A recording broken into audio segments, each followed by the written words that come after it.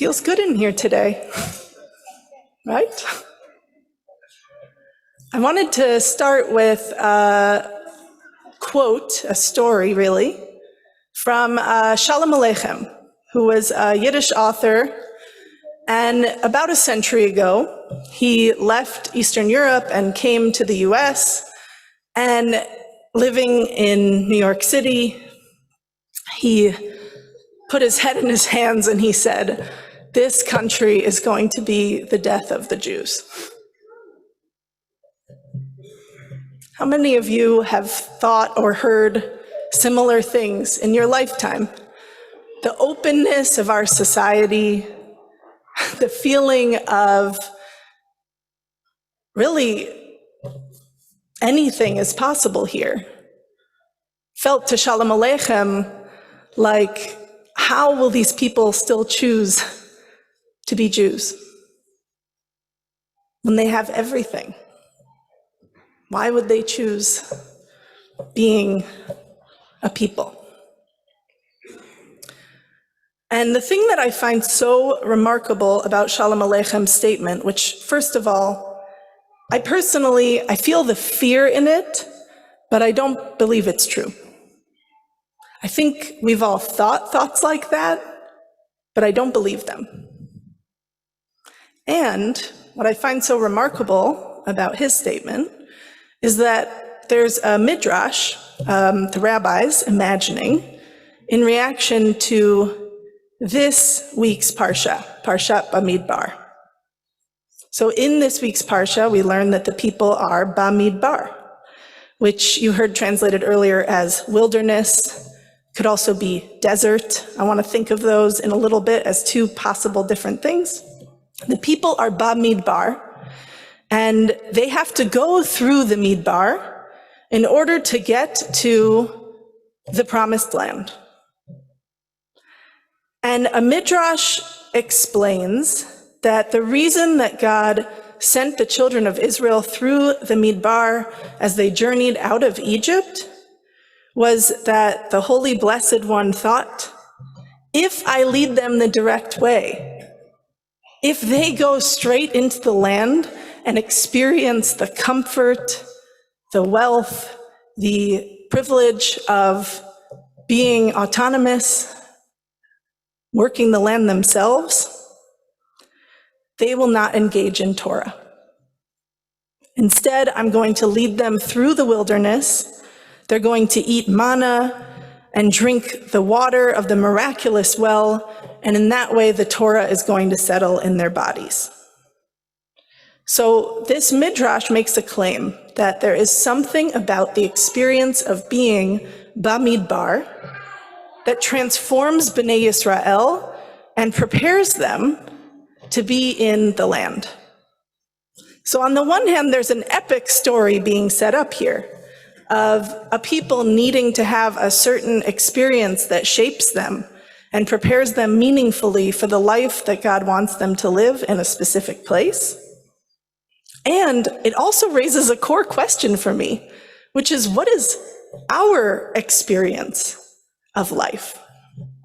What's our experience of the world, of our purpose, of the why in our lives? You could tell a story of Bnei Yisrael that them being in the desert is a time of hardship.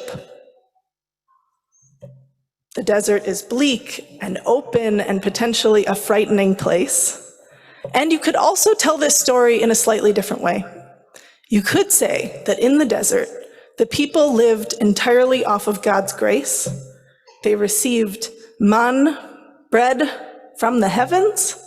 They received water when they needed it. And they knew that all of that came by the grace of God. And yet they were not in control, and they had no sense of extra. It was just getting exactly what they needed.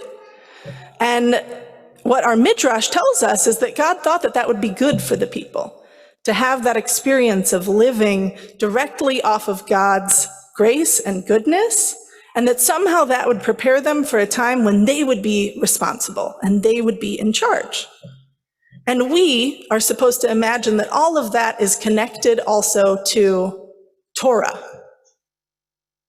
How is Torah a part of this story? Well, first of all, we are inside of a process between Passover and Shavuot. And the story of Passover to Shavuot is both an agricultural story about moving from the early spring where we had our barley crop, which was an animal crop, but we didn't yet have our wheat crop, which was the staple of human society, the bread. And also we're inside of a story of a people who is, at Pesach time, liberated from Egypt, and at Shavuot, autonomous enough in the land that they're bringing their wheat and their loaves to their own temple, and that they're feeling all of the pride of having worked the land to the point of being able to provide for themselves. That's a big journey. And the soul, our tradition would say, is making that journey every year. And we're being asked to be invited on that journey. I had the privilege of being in a classroom this week of 5th graders and talking to them about the Torah. And they asked some questions that honestly shocked me. They said, "Rabbi, we're very, very confused. We've learned about dinosaurs, and we've learned about the Torah, and it just doesn't add up. What are we to do?" And I was like, oh my God, they're worried about dinosaurs. Like, this is so sweet. And also, like, for me, the farthest thing from my mind. But they asked, I said, oh, like, I don't personally feel a need for it to meet up. Like, that's not my relationship to Torah. When I think about Torah, I don't really worry about the specifics. I think about kind of the epic story it's trying to tell, the moral lessons. And they were like, yeah, that's nice, but what about the dinosaurs? And what about the fossil record? And isn't all of that true? And what is truth? It got really big really fast. And I stood there thinking, okay, well, what is happening here? What is the opportunity in this moment for me as the teacher in this classroom? And I said, okay, you're all 5th graders, so they have a certain developmental moment in their lives. And you guys know the Torah isn't literal, right? And they were like, what? And then I'm looking at the teacher thinking, maybe I've like strayed from the curriculum here. Maybe they are being taught that the Torah is literal. And I said, no, the Torah isn't literal. That doesn't undermine its sacredness, but it doesn't have to be that it adds up exactly to history. It's our story. It's a myth. It's an epic story. And it's coded with meaning and layers and metaphor throughout. But it doesn't really matter to me personally if it literally happened. And then their teacher stepped in and said, thank you so much for saying this. I've been trying to tell them all year. The Torah is the story of why. It's not the story of how.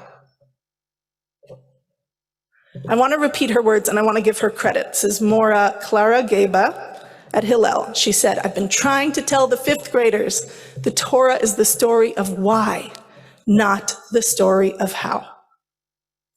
So the Israelites wandered the desert, and our rabbis imagined that God wanted them to have the desert experience before entering the land so that the Torah could enter their bodies. Now, back to what that might have meant the first time I said it, you probably thought I meant they needed to get all of the laws and know exactly how to behave and what to do in order to be good in the land, in order to be right in the land.